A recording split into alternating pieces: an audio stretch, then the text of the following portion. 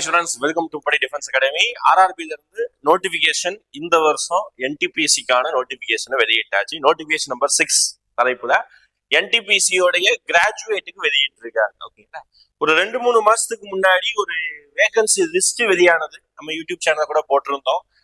என்டிபிசியோட கிராஜுவேட்டுக்கு எத்தனை number of vacancy, அதாவது நோட்டிபிகேஷனுக்கு allocate பண்ணியிருக்காங்க அப்படின்னு சொல்லிருந்தது. அடுத்து அண்டர் கிராஜுவேட்டுக்கு எவ்வளவு வேகன்சி சொல்லிட்டு அலாகேட் பண்ணிருக்காங்க சொல்லிட்டு 2 PDF சர்க்குலேட் ஆயிருந்தா அதை பத்தி வீடியோ போட்டிருந்தோம். அந்த நம்பர் ஆஃப் வேகன்சி அப்படியே இப்ப வெளியிட்டு இருக்காங்க. ரொம்ப ஹெல்ப்ஃபுல்லா இருக்கும்.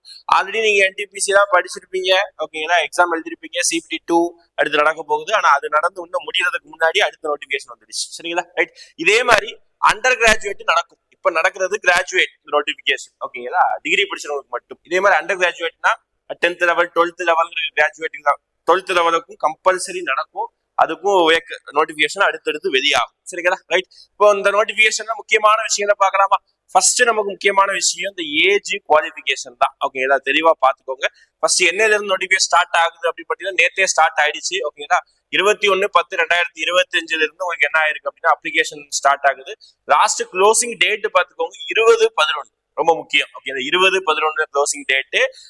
பேமெண்ட்டுக்கு அதை 22/11. சரிங்களா, ரைட். மாடிஃபிகேஷன் டேட் கொடுத்துருக்காங்க. அப்போ எக்ஸாம் கம்பல்சரி 2026 எப்பனாலும் தான் வரும். ஓகேங்களா, 2025 கிடையாது. ஒரு 2-3 மாசம் எக்ஸாம் கிடையாது.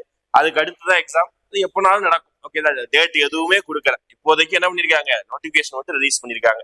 மேற்படி ஏஜை பொறுத்த வரைக்கும் நம்பர் ஆஃப் வேகன்சி பொறுத்த வரைக்கும் 5810 வேகன்சி. ஓகேங்களா, மொத்தமா இந்தியா ஃபுல்லா இருக்கக்கூடிய போர்டு எல்லாருக்குமே. ஓகேங்களா, மொத்தம் 6 போஸ்ட் அலோகேட் பண்ணிருக்காங்க. Chief commercial ticket supervisor, station master, goods train manager, junior accountant assistant cum typist, senior clerk cum typist, traffic assistant சொல்லிட்டு மொத்தம் 6 போஸ்டிங்ஸ். பே லெவல் கொடுத்துருக்காங்க. என்னென்ன பே லெவல்? மெடிக்கல் ஸ்டாண்டர்ட் முக்கியம். ஓகே, மெடிக்கல் ஸ்டாண்டர்டா என்னங்கிறது கீழே PDF இருக்கும். அதான் ஒண்ணு இல்லை, நம்மளுடைய ஐ சைட். ஓகேங்களா, நம்மளுடைய கண் அளவு எவ்வளவு அளவு இருக்குன்னு சொல்லிட்டு இந்த ரெண்டுமே வந்து பாத்தீங்கன்னா உங்களுக்கு கிளாஸ் போட்டிருக்கலாம். ஓகேங்களா, கண்ணாடி போட்டிருந்தா அதோடு, மீதி எதுக்கு கண்ணாடி போடாம அது ஒரு பேராமீட்டர் இருக்கும். அந்த பேராமீட்டர்ல அளவு இருக்கும். ஓகேங்களா, இது 2 மட்டும் கொஞ்சம் ரிலாக்ஸேஷன் மாதிரி இருக்குது. ஓகேங்களா, அதுக்கு ஏற்ற மாதிரி தான் பே லெவலும் இருக்கும். ஓகே, வேகன்சியை பொறுத்த வரைக்கும் இதுக்கு அதிக நம்பர் ஆஃப் வேகன்சி இருக்குது. குட்ஸ் ட்ரெயின் மேனேஜருக்கு நமக்கு இந்த வேகன்சி முக்கியம் கிடையாது. நீங்க அப்ளை பண்ணக்கூடிய போர்டோடைய வேகன்சி தான் ரொம்ப முக்கியம். உதாரணத்துக்கு நம்ம எல்லாரும் அதிகமா அப்ளை பண்ணக்கூடியது ஆர்ஆர்பி சென்னைக்கு அப்ளை பண்ணுவோம். யாராவது சவுத் ஜோன்ல இருந்தீங்கன்னா, திருநெல்வேலி, தூத்துக்குடி, மதுரை கீழே இருந்தீங்கன்னா அவங்க ஆர்ஆர்பி திருவனந்தபுரம் கூட அப்ளை பண்ணிக்கலாம். ஓகேங்களா, இதை தாண்டி என்ன எலிஜிபிள் பண்றாங்கன்னா ஆர்ஆர்பியோடைய பெங்களூர். ஓகேங்களா, பெங்களூர் ஜோனுக்கு வந்து சரி பெங்களூர் போர்டுக்கு நீங்க எலிஜிபிளா இருப்பீங்க. அதுவும் கொஞ்சம் கவர் ஆகும். ஓகேங்களா, இப்போ ஃபர்ஸ்ட் நீங்க என்ன பண்ணிக்கணும்னா இந்தந்த போர்டுல உங்களுக்கு விருப்பமான போஸ்டிங்கோடைய வேகன்சி அலோகேட் ஆயிருக்கா அதை தெரிஞ்சுக்கிட்டு தான் நீங்க அப்ளை பண்ணணும். சரிங்களா, ரைட். உங்க கேட்டகரிக்கு அலோகேட் ஆயிருக்காங்கிறதையும் நம்ம பார்த்துக்கணும். அடுத்து வந்து பாத்தீங்கன்னா உங்களுக்கு ஏஜும் இது வந்து பாத்தீங்கன்னா மெடிக்கல் ஸ்டாண்டர்ட் சொல்லியிருந்ததுல பாருங்க. A2னா 6/9 6/9 வித்தவுட் கிளாஸ். ஓகேங்களா, அடுத்து B2 வந்து 6/9, 6/12 வித் ஆர் வித்தவுட் கிளாஸ் அப்படி சொல்லியிருக்காங்க. ஓகேங்களா, power of lenses not to be exceed 4D. இதெல்லாம் வந்து பாத்தீங்கன்னா டிஸ்டன்ஸ் விஷன், நியர் விஷன் டாபிக்ல வந்திருக்கு. ஓகேங்களா, ரைட். அடுத்து நேரா வந்தீங்கன்னா ஏஜ் தான் பெரிய ரோல். அதுலேயே சொல்லியிருந்தது 33 வயசுங்கிறது ஏஜ் லிமிட். ஜென்ரலா பார்க்கும்போது 18ல இருந்து 33. 2008க்கு அப்புறம் பிறந்தவங்க இந்த எக்ஸாம் எழுத முடியாது. அன்ரிசர்வ்டு EWS எடுத்து இருந்தீங்கன்னா 1993க்கு முன்னாடி பிறந்தவங்க எலிஜிபிள் கிடையாது. ஓபிசி நான் கிரிமிலேயருக்கு 90க்கு முன்னாடி பிறந்தவங்க எலிஜிபிள் கிடையாது. SC ST 1988க்கு முன்னாடி பிறந்தவங்க எலிஜிபிள் கிடையாது. அதுதான் ஏஜ் ரிலாக்ஸேஷன் 3 வருஷம் 2 வருஷம் கூடும். ஓகேங்களா, ரைட். இந்த கொடுத்துருக்காங்க. ஜென்ரலா SC ST கேண்டிடேட்டுக்கு 5 வருஷம். ஓபிசி நான் கிரிமிலேயர் அப்படின்னா மேக்ஸிமம் எல்லாரும் நான் கிரிமிலேயர் தான். அதான் நம்ம ஊர்ல BC MBC DNC தான் சொல்றோம்ல, அவங்க எல்லாருக்குமே 3 வருஷம் எலிஜிபிலிட்டி. இது எல்லாமே எக்ஸ் சர்வீஸ்மேனுக்கு எலிஜிபிலிட்டி இருக்குது. அதையும் பாத்துக்கோங்க. எக்ஸ் சர்வீஸ்மேன் தான் நல்லா கொஞ்சம் யூஸ் பண்ணிக்கோங்க. எக்ஸாம் ஃபீஸை பொறுத்த வரைக்கும் 500 ரூபாய் ஃபார் ஸ்டேஜ் 1 எக்ஸாமினேஷனுக்கு. ஓகேங்களா, இப்போதைக்கு ஸ்டேஜ் 1 கொடுத்துருக்காங்க. அடுத்து ஸ்டேஜ் 2 தனியா பே பண்ணணும். ஓகேங்களா, SC STக்கு ரிலாக்ஸேஷன் இருக்குது ஃபீஸ்லயும். அடுத்து உங்களுக்கு எக்ஸ் சர்வீஸ்மேன் டீட்டெயில் தான் கொடுத்துருக்காங்க. Person with disability. ஓகேங்களா, டிசபிலிட்டிக்கும் பெஞ்ச் மார்க் கொடுத்துருக்காங்க. எஸ், இது வந்து உங்களுக்கு குவாலிஃபிகேஷன் பொறுத்த வரைக்கும் ஒரு டிகிரி குவாலிஃபிகேஷன். ஓகேங்களா, டிகிரி குவாலிஃபிகேஷன் CBT 1-2 இருக்குது.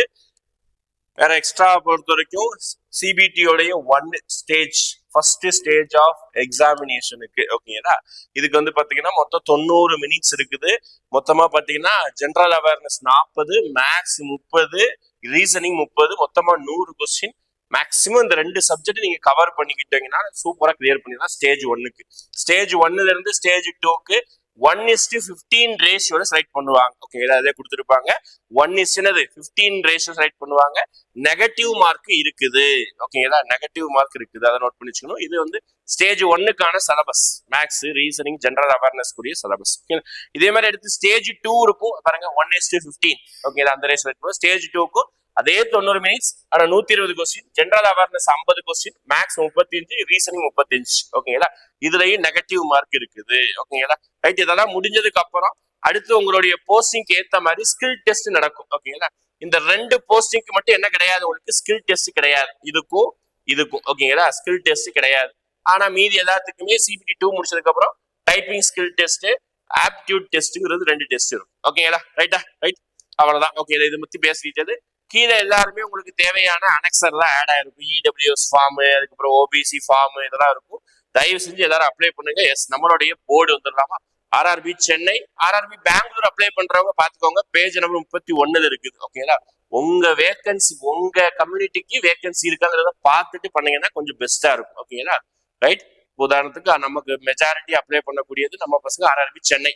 ஆர்ஆர்பி சென்னையை பொறுத்த வரைக்கும் பாத்தீங்கன்னா இங்க டோட்டல் இது வந்து மெஜாரிட்டி. இது வந்து ஒரு சில பேருக்கு அலௌட் கிடையாது, எக்ஸர்வீஸ்மென்ட் பெஞ்ச் மார்க் டிசபிலிட்டி. மொத்தமா 187 வேகன்சி ஆர்ஆர்பி சென்னைக்கு. ஓகேங்களா, திருப்பியும் சொல்றேன், தமிழ்நாடு பசங்க சென்னை மட்டும் தான் அப்ளை பண்ணணும் கிடையாது. ஓகேங்களா, எங்கனாலும் வில்லிங் இருந்தா நார்த் இந்தியாவோட போய் வேலை பார்த்துக்கலாம். ஒருத்தர் ஒரு போர்டு தான் அப்ளை பண்ண முடியும்.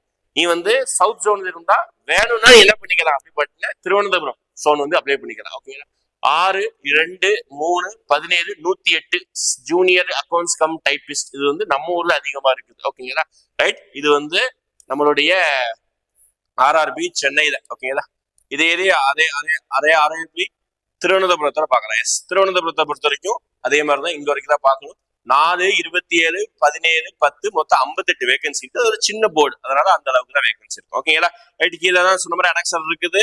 சீக்கிரமா எல்லாரும் அப்ளை பண்ணுங்க. ஓகே, எல்லாம் நல்லபடியா படிங்க. கம்பல்சரி இது வந்து நிறைய பேர் அப்ளை பண்ணணும், படிக்கணும். ஓகேங்களா, போன வருஷம் வந்திருக்கு, நிறைய பேர் அப்ளை பண்ண மிஸ் பண்ணிருப்பீங்க. இந்த வருஷம் அப்ளை பண்ணி படிங்க. அடுத்து அண்டர் கிராஜுவேட், 12th 10th படிச்சவங்களுக்கு கம்பல்சரி வரதான் போகுது. அதே மாதிரி ஆர்பிஎஃப், ஆர்ஆர்பியுடைய ஆர்பிஎஃப் இதுக்கப்புறம் வருஷம் நடக்க போகுது சொல்லியிருக்காங்க. ஓகேங்களா, தேங்க்யூ.